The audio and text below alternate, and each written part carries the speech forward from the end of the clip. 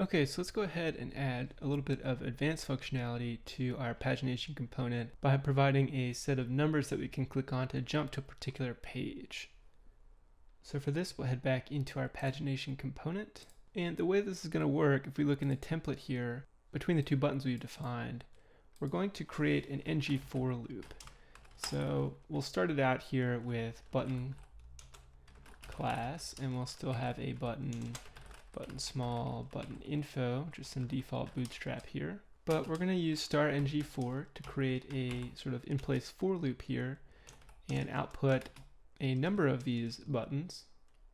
And we can do that by saying, for instance, let page num of get pages, where get pages is some method that we need to define to return this array. Likewise, we can wire up a click event binding so that we call our onPage method and passing it the current page number. And we can even use this sort of ng class input here to specify whether or not this particular button will be active or disabled.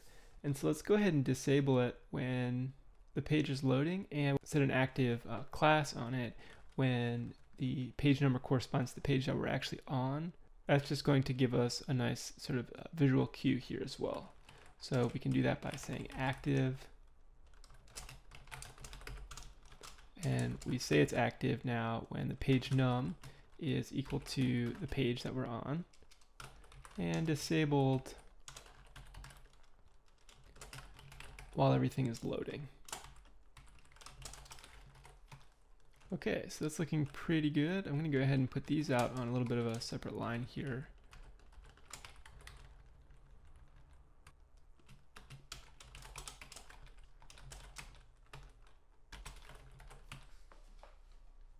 So now we clearly have a bit of work to do here in actually thinking about how to build out this get pages method.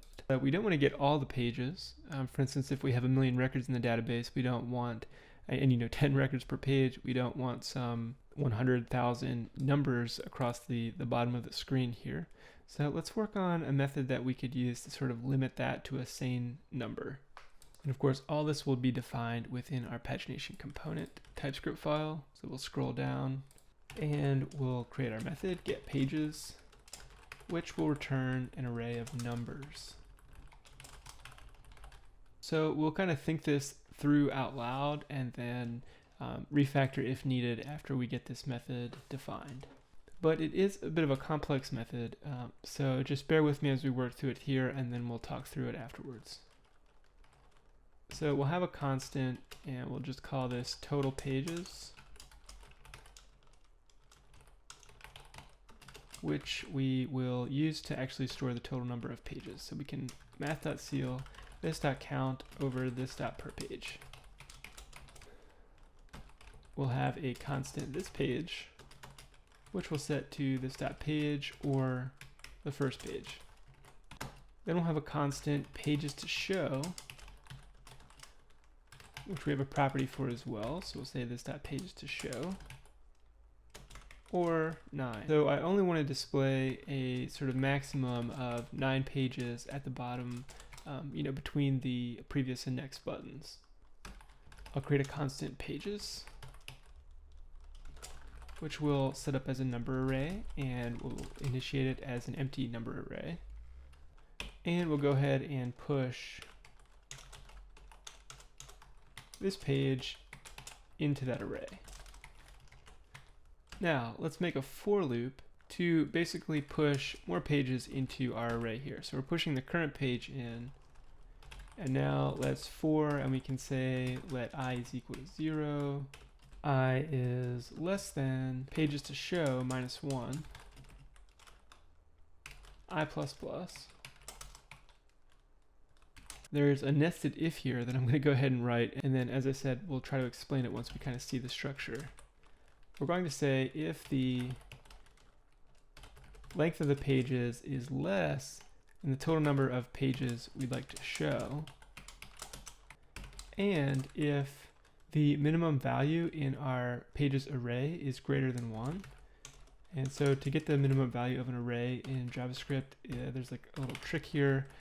We can't use math.min because if we pass math.min an array, we get back not a number, but we can use math.min.apply. The first argument we make null, and then we pass the array that we'd like to find the minimum number for. Say that's greater than 1. Then if that's the case, then push that minimum number -1 into the array.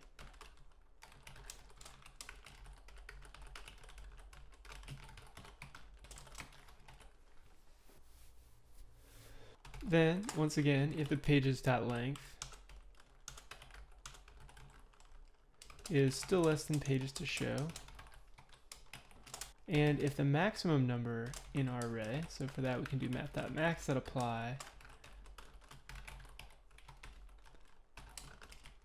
is less than our total pages, in other words, the total number of pages that we have to be able to display, then we'll push into our pages array that maximum value +1. So max.apply null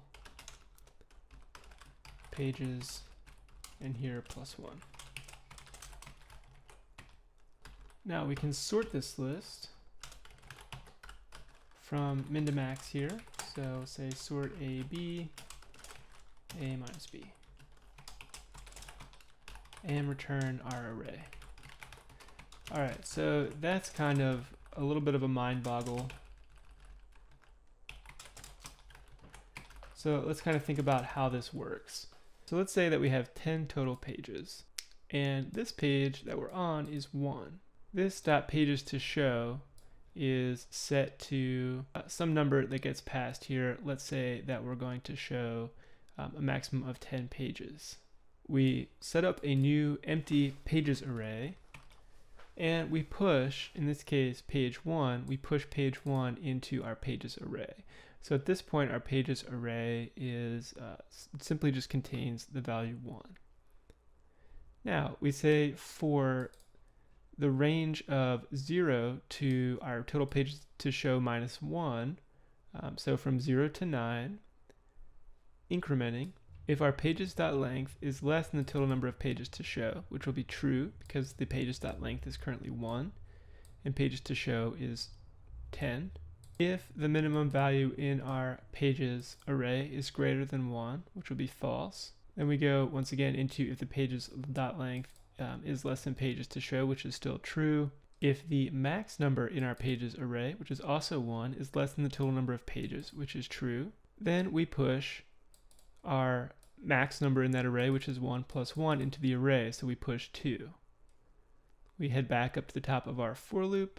Now we have a pages array that contains the numbers 1 and 2.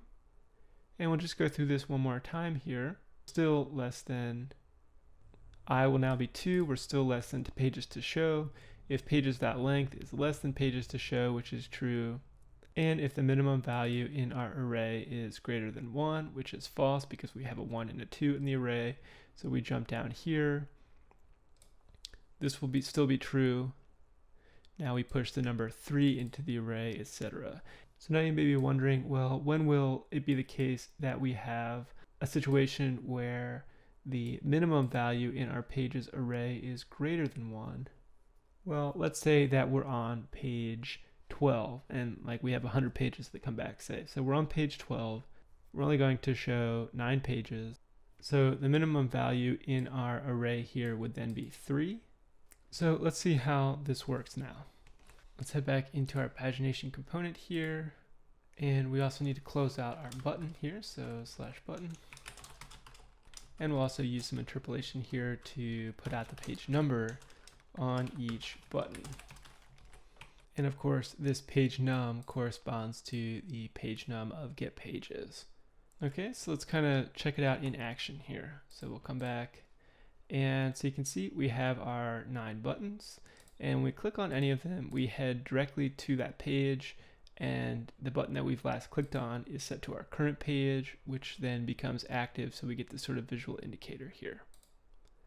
So that's pretty cool. Notice that when we go to a page that is beyond, that is 9 or above here, that we get this sort of scrolling effect where the number that we selected is now in the middle of our array. So that's pretty cool, and likewise our next and previous page buttons also work. So back in our loop, we can kind of see how that's working. We want to show 9 pages. We have a value of this.page, and at first we start out with an empty array of pages, and as we discussed earlier, this gets filled 1 through 9 at first. And so just to illustrate that, let's go here and we'll refresh the page. We're back on page 1.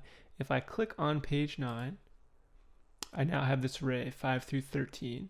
So let's follow our loop through that logic. So this.page would be set to 9.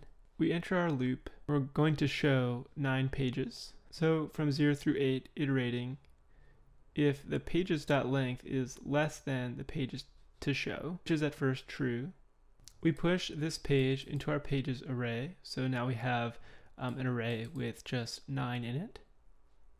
We're going to show 9 pages. So from 0 through 8, iterating, if the pages.length is less than 9, which in this case is true, and if the minimum value in our pages array is greater than 1, which in this case is true, then push 8 into that array, because that would be the minimum value of our array, which only contains 9, minus 1, which is 8. If pages length is still less than pages to show, which is true, and if the maximum number in our array is less than the total number of pages that we'd like to show, which is true, and so you can see how we'll be sort of adding numbers on either side of this page up to the certain limit of pages that we'd like to show, so long as we're under the maximum number of pages here. And one thing I would recommend to dig deeper into our little algorithm that we use to loop over our numbers array here to calculate it is to just add console.logs. So we could say console.log pushing math.min.apply, first argument's null, pages -1 onto array, and here we could say pushing math.max.apply, pages +1 onto array, and here we could just above the for loop say like starting loop with, and we could say like total pages, this page,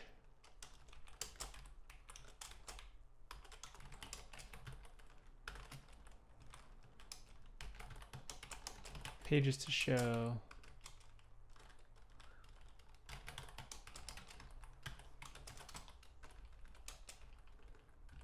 and then here in our for loop we could also console.log pages array or something, and you could just put this out the log as well. Oops, sorry.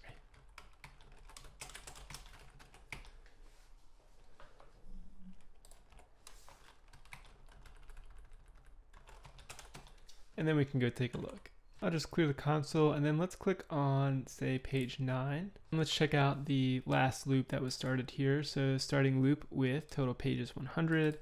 This page 9, pages to show 9. So you can see we passed 7, 11, 6, 12, 5, 13, 4, and 14, sort of working backwards and forwards at the same time here within our 2 loops. All right, so with that little feature wrapped up, let's go ahead and add a bit of styling. So I'm going to head into the Pagination component style sheet. And we had a Pagination class here, which I'll just apply some padding to. I'm going to have a pages class, which I'll also apply some padding to. And we'll set display to block. And a button page number with a min width of, we'll just make it 54 pixels here.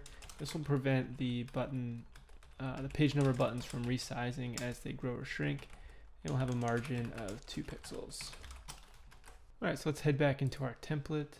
And the button for our page numbers here, I'm going to go ahead and add our new class, page number. And then I'm going to wrap our buttons here in a div of class pagination. The other thing that you can do here is start ng if you want to create a conditional here, which might be useful. So if the count is greater than 0, then we'll show our buttons.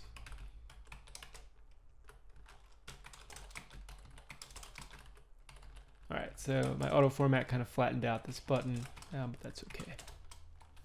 So if we take a quick glance at the styling, that's looking a little bit better, maybe. Feel free to change this to suit your own preferences here.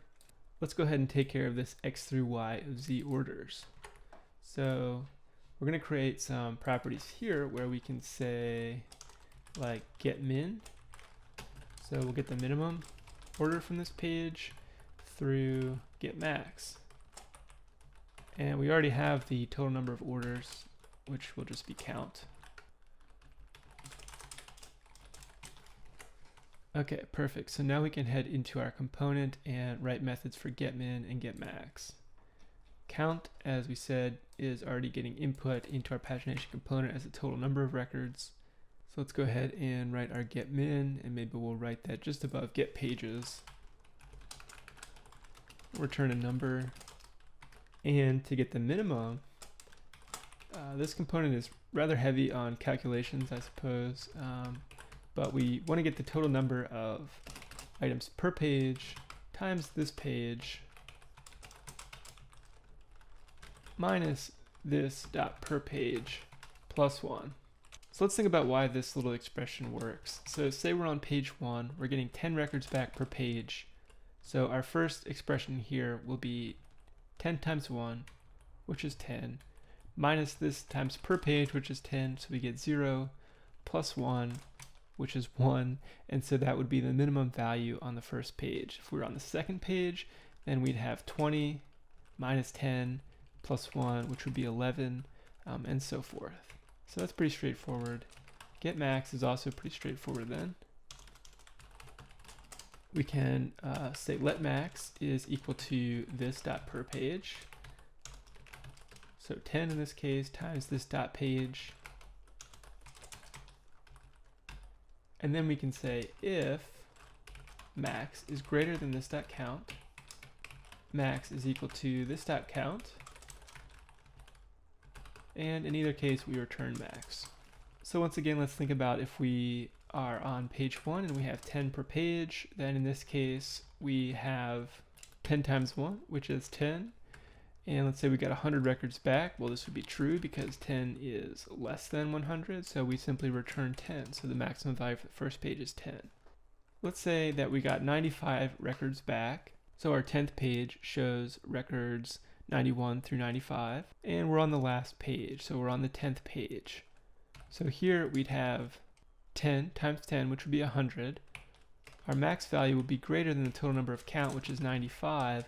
So on the last page, we simply set the max number to this dot count, which would of course be 95. So on the last page, even though we're on the 10th page in that case, we're returning a maximum value of 95. Okay, great. So let's take a look at our page. And so now we can see 1 through 10 of 1,000 orders, 100 total pages. And as we scroll, this gets updated. So if we go all the way to the end of our set here, and now we're on page 990 and page 100. So we have a little bug here where we can scroll through more pages than we've returned. And so what we need to do is disable the next button when we get to the last page. So let's go ahead and do that. So in our template, we can create a disabled binding here. So disabled, and we'll disable it when we're on the last page or we're loading. And last page is a method on our component, obviously. Loading is just a bool property. And likewise, we can set a disabled class on it as well with ngClass if we like, similar to what we did above. So we can set the disabled class.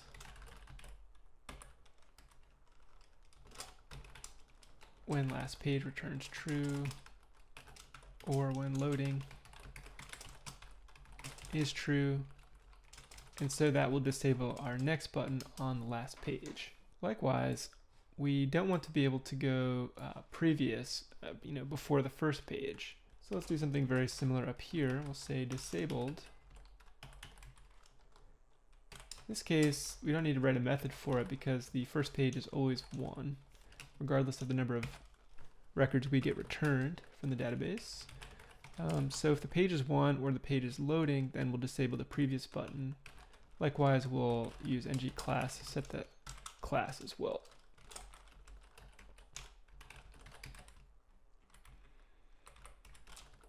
So disabled with the same conditions.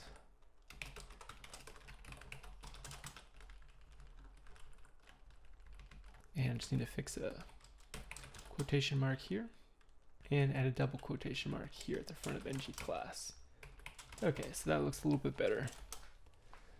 So let's go take a look now at our page.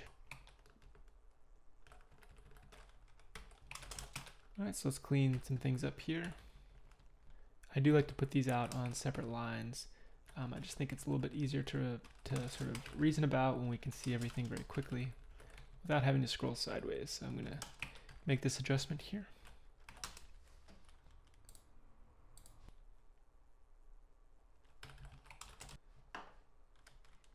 And so let's take a look at our page. Oh, it looks like we've got an error here. So let's see. So yeah, sorry, not last page is last page. This is our method for determining if we're on the last page or not. And I named it is last page because it returns a bool. So let's go take a look now. Okay, everything is looking better. You can see our previous page is disabled when we're on the first page, and then becomes enabled on any other page. And likewise, if we go to the very end, next page now becomes disabled, so we can't click on it any further. All right, so that sums up our pagination component. There's a little bit of complexity baked into this component, but what's nice is that at any given time, we're only returning the data we need to the front end application here and not any more than that. So that's pretty cool. In the next video, we're going to start taking a look at wiring up the charts to our backend data.